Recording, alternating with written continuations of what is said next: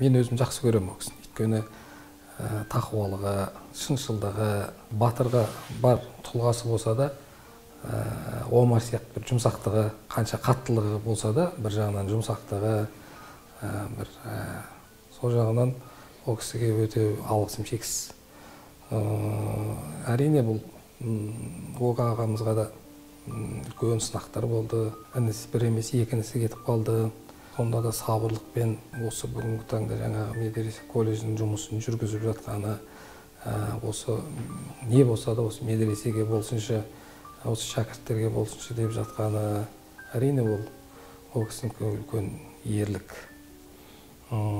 Бүгін қайта жағдай жақсы ғой, бірақ кешегі 90-шы жылдардағы сол медресенің ол кісілер алып жүруі, елдің бір отбасын асырай алмай отырған кезде бір азаматтар бір-екі баласымен бір әйелін асырай алмай сол кезде ажырасып тастап кетіп жатқандар көп болды. Сондай қиын заманда сол медресені бүгінгі күнге жеткізу, ол енді екінің бірінің қолынан келмейді.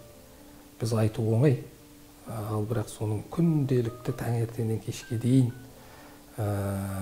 проблемасымен жүру жылдар бойы, 30 жылға жақын.